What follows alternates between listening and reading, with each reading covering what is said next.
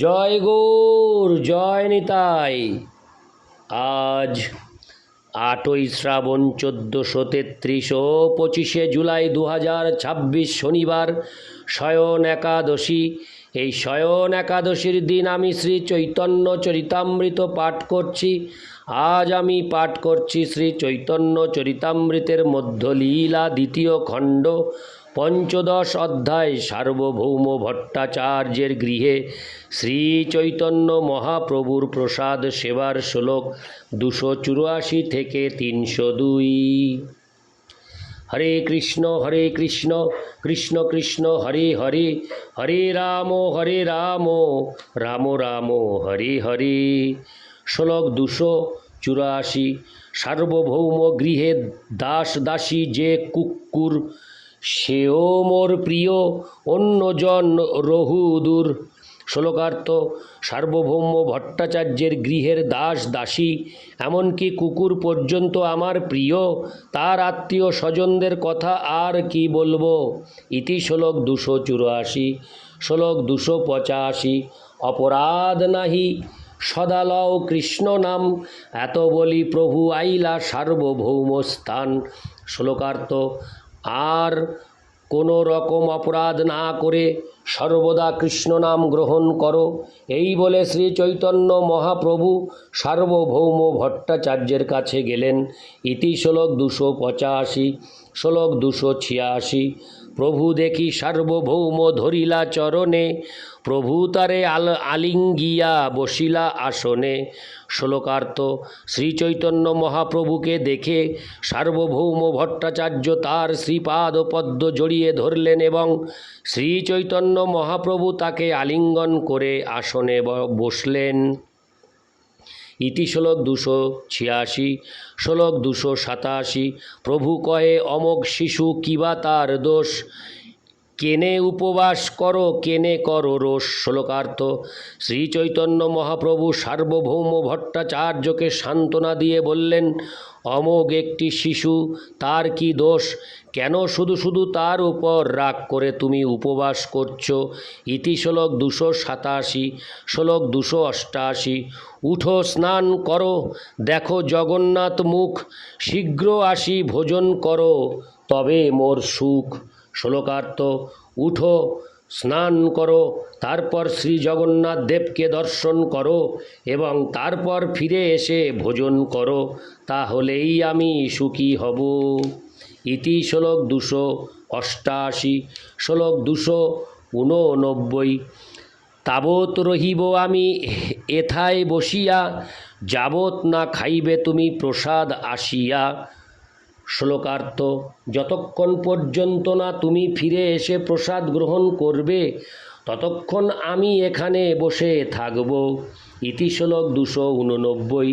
শ্লোক 290। প্রভু পদ ধরি ভট্ট কহিতে লাগিলা, মরিত অমোঘ তারে কেনে জিয়াইলা। শ্লোকার্থ: শ্রী চৈতন্য মহাপ্রভুর পায়ে ধরে সার্বভৌম ভট্টাচার্য বলতে লাগলেন, অমোঘ যদি মরে যেত তাহলেই ভালো হতো, তুমি কেন তাকে বাঁচালে? ইতি শ্লোক 290। শ্লোক 291। প্রভু কহে, অমোঘ শিশু তোমার বালক, বালক দোষ না লয় পিতা, তাহাতে পালক। শ্লোকার্থ: শ্রী চৈতন্য মহাপ্রভু বললেন, অমোঘ একটি শিশু এবং তোমার সন্তান, পিতা তার বালক পুত্রের দোষ গ্রহণ করেন না, কেননা তিনি তার পালক। ইতি শ্লোক 291। শ্লোক 292। এবে বৈষ্ণব হইল, তার গেল অপরাধ, তাহার উপরে এবে করহ প্রসাদ। শ্লোকার্থ: এখন সে বৈষ্ণব হয়েছে এবং তার ফলে সে তার সমস্ত অপরাধ থেকে মুক্ত হয়েছে, এখন তুমি তাকে কৃপা করো। ইতি শ্লোক 292। শ্লোক 293। ভট্ট কহে চলো প্রভু ঈশ্বর দর্শনে, স্নান করি তাহা মুঙ্গি আসিছ এখনে। শ্লোকার্থ। সার্বভৌম ভট্টাচার্য বললেন, প্রভু দয়া করে এখন তুমি শ্রী জগন্নাথকে দর্শন করতে যাও, শীঘ্রই আমি স্নান করে সেখানে যাচ্ছি। ইতি শ্লোক 293। শ্লোক 294। প্রভু কহে গোপীনাথ ইহাঙ্গি রহিবা, ইহ প্রসাদ পাইলে বার্তা আমাকে কহিবা। শ্লোকার্থ। শ্রী চৈতন্য মহাপ্রভু তখন গোপীনাথ আচার্যকে বললেন, গোপীনাথ তুমি এখানে থাকো এবং ইনি প্রসাদ পেলে আমাকে সে খবর দিও। ইতি শ্লোক 294। শ্লোক 295।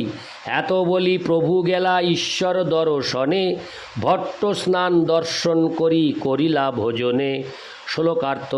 এই বলে শ্রী চৈতন্য মহাপ্রভু শ্রী জগন্নাথ দেবকে দর্শন করতে গেলেন এবং সার্বভৌম ভট্টাচার্য স্নান করে শ্রী জগন্নাথ দেবকে দর্শন করে গৃহে ফিরে ভোজন করলেন। ইতি শ্লোক 295। শ্লোক 296। সেই অমোঘ হইল প্রভুর ভক্ত একান্ত, প্রেমে নাচে কৃষ্ণ নাম লয় মহাশান্ত। শ্লোকার্থ। সেই থেকে অমোঘ মহাপ্রভুর ঐকান্তিক ভক্তে পরিণত হল এবং মহাশান্ত হয়ে ভগবৎ প্রেমে আবিষ্ট হয়ে নৃত্য করতে করতে কৃষ্ণ নাম কীর্তন করতে লাগল। ইতি শ্লোক 296। শ্লোক 297। ওইছে চিত্ত, হরে কৃষ্ণ, ওইছে চিত্রলীলা করে শচীর নন্দন, যেই দেখে শুনে তার বিস্ময় হয় মন। শ্লোকার্থ। এইভাবে শচীনন্দন শ্রী গৌর সুন্দর তার বিচিত্র লীলা বিলাস করেছেন, যেই তা দেখে অথবা শোনে, হরে কৃষ্ণ, শুনে সেই বিস্মিত হয়। ইতি শ্লোক 297। শ্লোক 298। ওইছে ভট্ট গৃহে করে ভোজন বিলাস, তার মধ্যে নানা চিত্র চরিত্র প্রকাশ। শ্লোকার্থ। এইভাবে শ্রী চৈতন্য মহাপ্রভু সার্বভৌম ভট্টাচার্যের গৃহে ভোজন বিলাস করেছিলেন এবং সেই একটি লীলার মধ্যেই বহু অদ্ভুত চিত্র এবং চরিত্র প্রকাশিত হয়েছে। ইতি শ্লোক 298। শ্লোক 299। সার্বভৌম ঘরে এই ভোজন চরিত, সার্বভৌম প্রেম যাহা হইলা বিদিত। শ্লোকার্থ। শ্রী চৈতন্য মহাপ্রভুর অদ্ভুত লীলার এইটি বৈশিষ্ট্য। সার্বভৌম ভট্টাচার্যের গৃহে এইভাবে তিনি ভোজন লীলাবিলাস করলেন এবং তার ফলে তার প্রতি, হরে কৃষ্ণ, তার প্রতি সার্বভৌম ভট্টাচার্যের প্রেমের মহিমা সকলের কাছে প্রকাশিত হল। তাৎপর্য। শাখা নির্ণয়ামৃত গ্রন্থে উল্লেখ করা হয়েছে, অমোঘ পণ্ডিতং বন্দে শ্রী গৌরের নাট্য সৎকৃতম, প্রেম গদ গদ সান্দ্রাঙ্গং পুলকাকুল বিগ্রহম। অমোঘ পণ্ডিতকে আমি আমার প্রণতি নিবেদন করি, যাকে শ্রী চৈতন্য মহাপ্রভু আত্মসাৎ করেছিলেন। ভগবৎ প্রেমে গদ গদ তার শ্রীঅঙ্গ নিরন্তর পুলকে আকুলিত। ইতি শ্লোক 299। শ্লোক 300। ষাটির মাতার প্রেম আর প্রভুর প্রসাদ, ভক্ত সম্বন্ধে যাহা ক্ষমিল অপরাধ। শ্লোকার্থ। এইভাবে আমি শ্রী চৈতন্য মহাপ্রভুর প্রতি ষাটির মাতার প্রেম এবং অমোঘের প্রতি শ্রী চৈতন্য মহাপ্রভুর কৃপার কথা বর্ণনা করলাম। অমোঘ সার্বভৌম ভট্টাচার্যের মতো মহান ভক্তের সঙ্গে সম্পর্কযুক্ত ছিলেন বলেই শ্রী চৈতন্য মহাপ্রভু তার অপরাধ ক্ষমা করেছিলেন। তাৎপর্য। অমোঘ শ্রী চৈতন্য মহাপ্রভুর নিন্দা করায় অপরাধী হয়েছিলেন। অপরাধ ফলে তার প্রাণান্তক বিসূচিকা ব্যাধি হয়। ব্যাধিগ্রস্ত হওয়ার পর অমোঘ অপরাধ প্রশমনের সময় পাননি। সার্বভৌম ভট্টাচার্য ও তার পত্নী শ্রী চৈতন্য মহাপ্রভুর নিতান্ত কৃপার পাত্র ছিলেন। তাদের সম্বন্ধে মহাপ্রভু এই অপরাধী অমোঘের প্রতি দণ্ডবিধানের পরিবর্তে তার অপরাধ ক্ষমা করলেন এবং তার প্রাণ রক্ষা করে কৃষ্ণ ভক্তি দান করলেন। শ্রী চৈতন্য মহাপ্রভুর প্রতি সার্বভৌম ভট্টাচার্যের পত্নীর প্রগাঢ় ভক্তি সম্বন্ধ লৌকিক দৃষ্টিতে অমোঘ ছিলেন।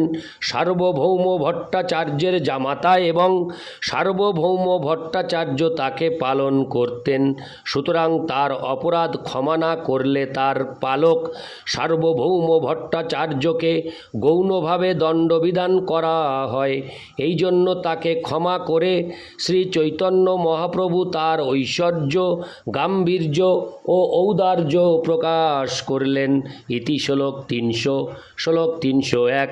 শ্রদ্ধা করি এই লীলা শুনে যেই জন, অচিরাত পায় সেই চৈতন্য চরণ।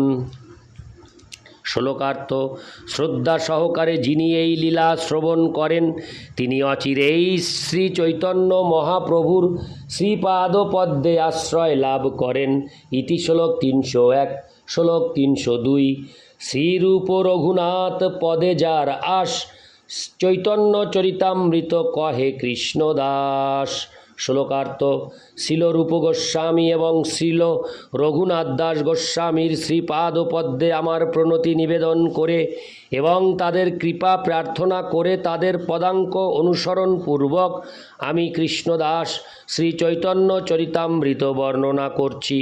ইতি সার্বভৌম ভট্টাচার্যের গৃহে শ্রী চৈতন্য মহাপ্রভুর প্রসাদ সেবা বর্ণনা করে শ্রী চৈতন্য চরিতামৃত গ্রন্থের মধ্য লীলার ৫দশ পরিচ্ছেদের ভক্তি বেদান্ত তাৎপর্য।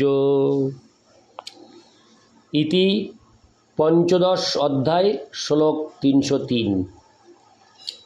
হরে কৃষ্ণ হরে কৃষ্ণ কৃষ্ণ কৃষ্ণ হরে হরে, হরে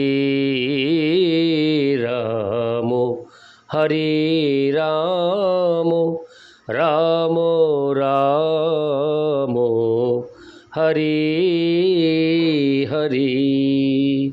জয় গৌর, জয় নিতাই।